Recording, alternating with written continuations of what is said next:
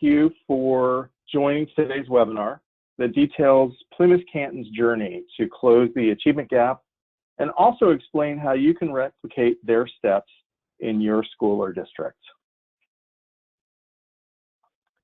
My name is Marc Callahan, and I work for Texthelp. We're the creators of UDL-based solutions like Read and Write, RIQ, and Equasio. And today, I'm joined by Stacey Banks. Stacey's a teacher, as well as one of two assistive technology consultants working for Plymouth-Canton Community Schools, the fourth largest district in Michigan. Stacey, it's always a pleasure to chat with you. Thanks so much for joining me today. Hello, and thanks for having me, Mark. I'm grateful for the opportunity to share our journey to a successful implementation with as many people as possible. Excellent. So we'll start by taking a closer look at Plymouth-Canton's literacy challenges. We're going to highlight your search for a solution, how you structured the corresponding pilot, and explain the additional steps needed to move forward with purchasing the program. After that, Stacey's going to share more detail about the successes they're seeing with students, but one thing we wanted to highlight is that we're going to provide a PDF of the slides with transcripts, and it's going to be posted to the website highlighted in red. So text.help/RW-P-CCS. So just know that, okay? All right, Stacey, why don't you start off by telling us a little bit more about the students attending Plymouth-Canton Community Schools, please. Okay, as Mark mentioned, we are one of the largest school districts in Michigan. We currently have around 18,000 students spread across 14 elementary schools, 5 middle schools, 3 high schools in one park, and an alternative high school. We are also a one-to-one Google district, and all of our students have access to a device in grades 3 K through 12 through our one-to-one program. Our K2 classrooms are equipped with a cart that provides student access to iPads for use throughout the school day. Our grade 3 through 12 students can opt into our district one-to-one Chromebook program or bring their own device to access Google tools in all buildings. Last, in terms of our population, about 10% of our students are students with IEPs, and then there are also 10% of our students that are English language learners. Of that 10%, students in our district speak 60 different languages, and the second largest language group in our district are students that speak Arabic at home. Wow. So you guys are just about 25 minutes outside of Detroit, is that right? Yes, we are. And again, we face some of the same challenges that most districts face, and as a part of our district's dynamic plan, we are always continuing to work on closing the achievement gap for all of our students. This work included looking for a UDL-based solution that addressed academic barriers in order to empower all of our P-CCS students. Okay. So I know when we first started chatting a few years ago, you had already established very specific criteria that we've summarized on this slide, but Stacey, maybe you can elaborate a little further. Yeah, this slide is a great illustration of what our district wish list was. Again, we wanted to make sure that we are able to provide learning opportunities that are accessible and effective for all students, that also incorporated universal design for learning, or UDL principles, as a key component. Incorporating UDL solutions that address academic barriers empowered all of our P-CCS students. We wanted to support students with IEPs and 504 plans and our English language learners. So with this in mind, we wanted to make sure that all students were supported with a tool or tools that were accessible across multiple platforms, because again, our K2 students have iPads, our 3 through 12 students have Chromebooks or a BYO device, and our teachers have a Windows laptop. We also wanted the tool to be easily deployed across our district domain, and one that worked well with our Google Classroom integration. Last, we really wanted to make sure that we worked with a company that provided us with a collaborative relationship, one that would take our suggestions and try to implement them, but then also one that would allow us to trial a tool before we purchased it. A free trial was going to be critical for us to make informed purchase decisions as we move forward. Cool, and so your search then eventually led to the pilot with Read and Write for all students and staff. Is that right? Yes, it did. Yep, and if anyone is watching this webinar and isn't familiar with Read and Write, it's Texthelp's flagship literacy toolbar, and as Stacey has noted, it works across all platforms, so Google, Mac, and Windows. Now, one of the things that's really nice about Read and Write is it basically combines 20 valuable tools into one solution. And when you think about it, that makes it easier to, one, deploy it, train it, and then also maintain it, especially for a district the size of Plymouth-Canton when you have 18,000 students plus staff and parents. Student data privacy and data security are top priorities for Texthelp. So we're both COPA and FERPA compliant. Our development team also values the helpful suggestions and feedback we receive regularly from both our K-12 and our higher ed clients. In fact, we've added several enhancements that were important to Plymouth-Canton. Stacey shared those with us. We also have a really awesome tech support group, and they play a key role by providing a speedy response to quickly resolve technical issues for our clients and those districts and schools that are piloting our products as well. Now, because this webinar is focused on Plymouth-Canton story, we decided to skip a Read and Write demonstration. If you'd like to see a quick overview, you can please visit the link provided here, so text.help/RW demo, and you can watch a really brief 15-minute overview. It'll provide a great review of all the tools and how everything works. So Stacey, this slide details the start of your Read and Write journey that really began several years ago with the district pilot for all students. After the pilot, though, the free student tools in Read and Write were still accessible for all Plymouth-Canton students. And those free tools include text-to-speech, hover speech on the web, and the translation tool, which is perfect for your English learners, and then the practice reading aloud tool to help struggling readers. Now, at the same time of the pilot, you had also decided to purchase a group license to the premium version of Read and Write for use with 150 special ed students. Now, since every student had access to the free or premium version of Read and Write, this strategy was key because it really helped minimize any stigma for the 150 special ed students. Is that right? Yes. So doing it this way really helped improve outcomes for our special ed students and also provided access to those gen ed students that needed to use the free tools as well. So then we're now at the stage where you and your AT colleague, Heather Weaver, had devised a plan to take this a step further the next school year. Tell us a little bit more about what you did. So as you know, many special ed students don't want to look different from their peers, like using a tool that not everyone uses. And so with the pilot, it helped cement the use of Read and Write with our gen ed students and also helped increase usage of for the students with IEPs that Heather and I work with. With most districts, of course, they're not going to spend money unless you can tie that to ways we can show growth for all of our students. And since every decision we need to make it should be data driven, Heather and I looked at how we could use Read and Write to improve student scores on the NWA's MAP test. That is the assessment that we use, district-wide assessment that we use within our district. For the 2017-18 school year, we chose to kind of focus on one of our Title I elementary buildings. After the fall test administration, all grades 3 through 5 students in the building received access to the full suite of Read and Write, so the premium tools. We then trained the students and their teachers, along with our media specialists, on how to use the tools. We asked just 2 things of our teachers. 1, that they allow open access and use of the Read and Write tools throughout the school day, and 2, that they make an effort to integrate those Read and Write tools and the usage into their instruction at least 3 times a week. After that, we looked at the MAP data to identify and target 3rd grade students that fell in that low growth, low achievement quadrant, and that became our sample group.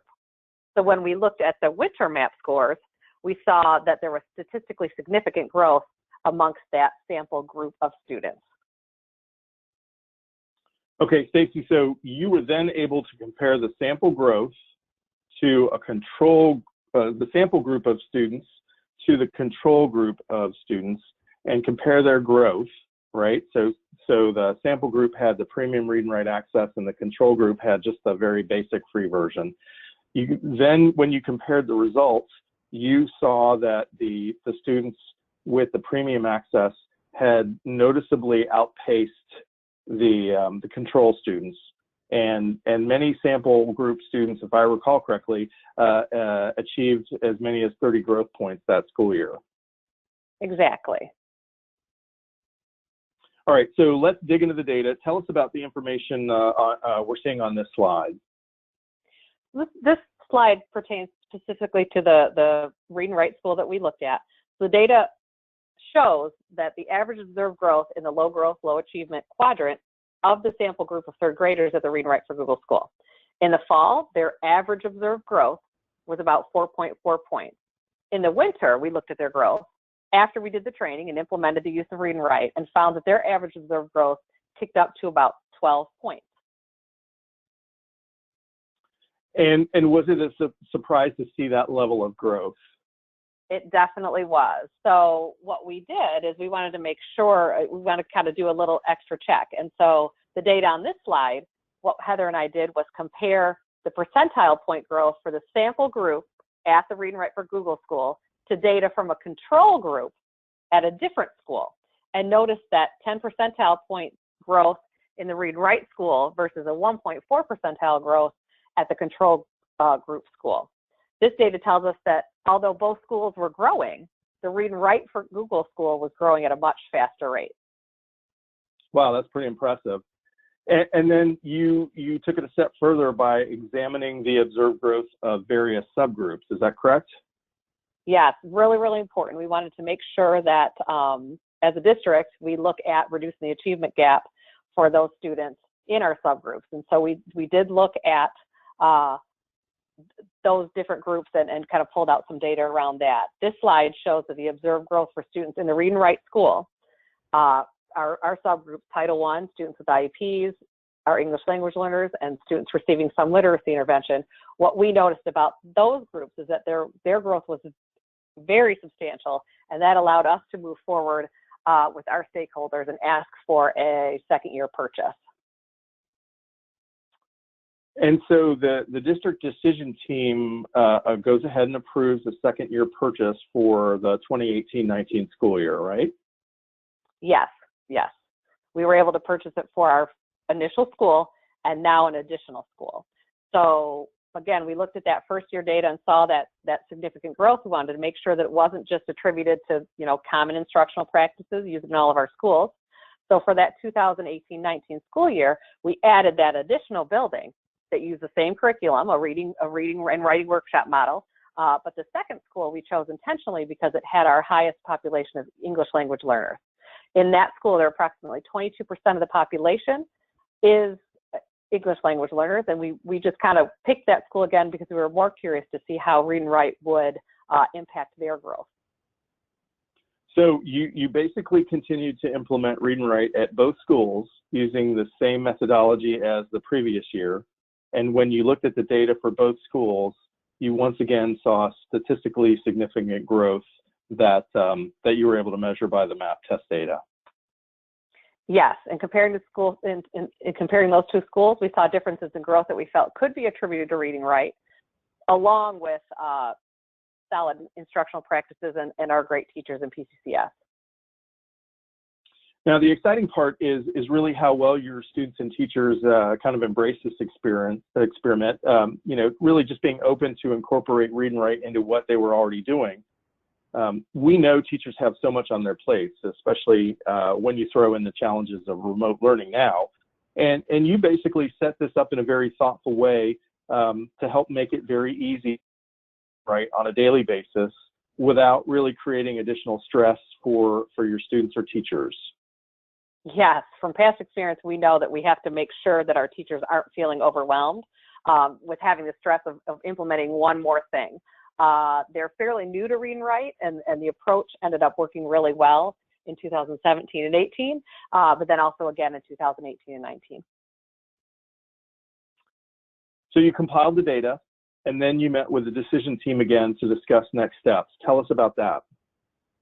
Yes, now we had to go to the stakeholders. So this included our teaching and learning, which is our curriculum department, tech integration, our technology teams, and both the special education department and the EL department.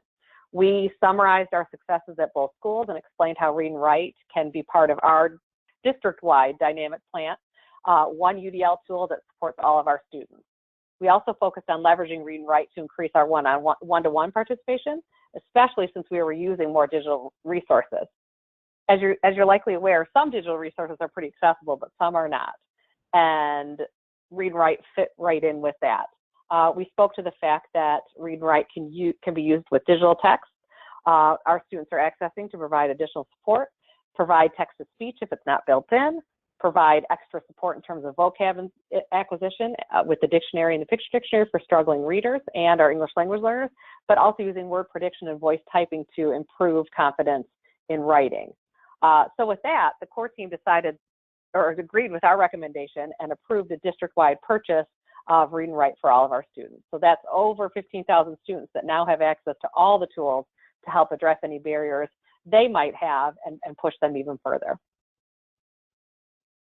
So which is great. So you get to the point where you receive approval to move forward, but then the really hard part starts because now you've got the green light and now you've got to roll out and train everybody.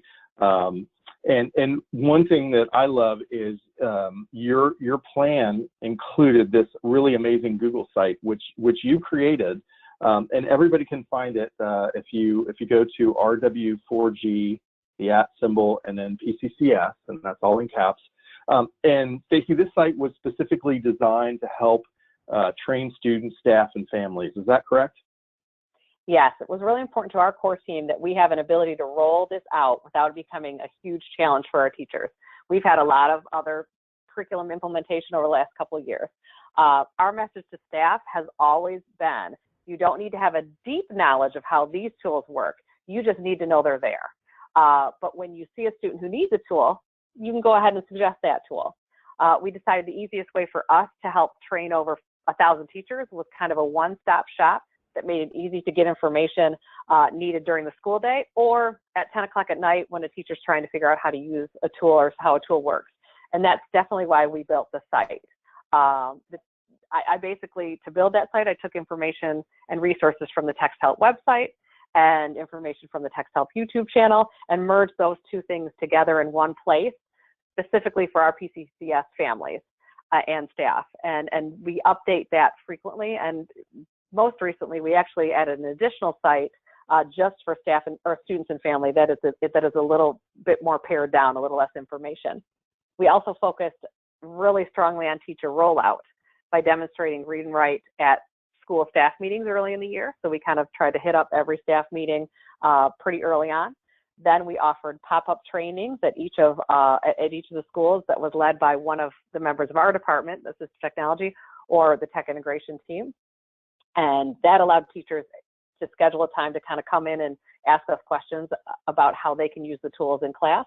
And then we also made sure we were very intentional in offering training options at our district-provided PD events throughout the year, along with a monthly newsletter that kind of featured new ways to use Read and Write in the classroom.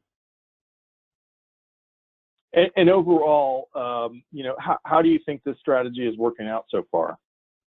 Yes, it's really been a game changer. It has kind of helped us implement and be very successful. And moving forward, we'll probably continue with that success. Okay, so tell us more about the data you've collected on this slide. So this is the really exciting part. This slide summarizes the total number of Read and Write events per month. And so every time a student uses a Read and Write tool, it can be counted as an event. You see that we quickly grew from about 32,000 events in September to consistently exceeding 100,000 events in October, November, December, and January, which was for us really amazing. February went down a little bit, but that's because we had a lot of snow days. So that helped that. Now, this slide kind of highlights Read and Write student usage when you made the transition to remote learning. Yeah, so I was a little bit nervous about what would happen when we moved into March, but we can see that, yes, in March, everything definitely changed because of the coronavirus, and all schools in Michigan, as across the nation, were closed. So our last day of in-person instruction was March 13th. What we've been pleased to see is that our students are continuing to access these tools as they ease into the transition of remote learning. And as a district, we have found ourselves extremely fortunate to have a solution in place already that addresses accessibility for all of our students. It's really one less thing for us to have to worry about when building our remote learning plans at a district level as we switch to that remote learning. Now, I know you've also done a great job kind of surveying students to identify and track the most popular read and write tools, and this slide is largely based on their feedback. Yes, it really was no surprise that text-to-speech was going to be the major tool that is used, a favorite tool for students, but we have also throughout the year have seen steady increases in the use of word prediction, the Check It tool, tools to annotate text, the dictionary, the picture dictionary, and the highlighters. These are all our deeper level tools that we are happy to see increase. Overall, we've noticed a huge increase in students' confidence to attack complex reading and writing tasks more independently. And in speaking with our ELL coach, she was very excited, shockingly to me, to see a decline in the use of the translator tool. And she said this tells her that her English language learners, as we've moved through the year, are increasing their skills enough to warrant decreased use of that tool. So that's one tool we saw go down, and I was a little worried, but she really kind of let me know that that was where she wanted to see that go. That's really fantastic, Stacey, and I think the data that you've shared with us today, it really does tell a story. The next few slides are meant to help showcase and highlight the impact of Read and Write for Google Chrome on Plymouth-Canton students. Tell us a little bit about this one. So yeah, part of my job is to collect data at kind of a macro district level, but also I work with students, and so what I collect data is the effect on students at a micro level, students I work with. And one of the middle school students or teachers that I work with shared information with me in terms of, I apologize, that was my, shared information with me regarding some of her students' work. And this particular student reads at about the second grade level. This is a student I work with as well. And after we implemented Read and Write with some targeted training by me, we were able to see real improvements in his reading and in his writing in a short period of time. You can see a real difference from the before sample, which was in October, to the after sample that was in late November. Yeah, it's an amazing difference, isn't it? It was astounding, trust me. Now, this is another student example too, and I think this is from a middle school student as well. Yes, this is a second example from another middle school student that benefits from using Read and Write's word prediction, along with the Check It tool as a deeper level spell check before turning in her assignments. Her before sample is from November, and her after sample is from December. And the teacher that I work with that works with this student has been really amazed to watch the students' writing confidence increase.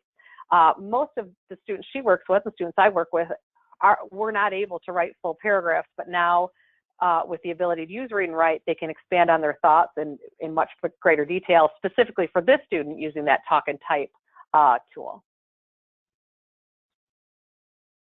And Stacey, this slide features two more quotes from some of your middle school and elementary teachers.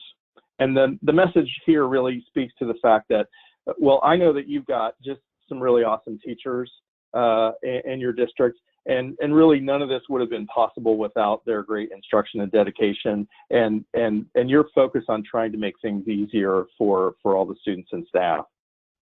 Yes, it's definitely been fabulous. For me, because I do still work with students, I love seeing the improvements and the increased confidence with them in their work has been so powerful for me.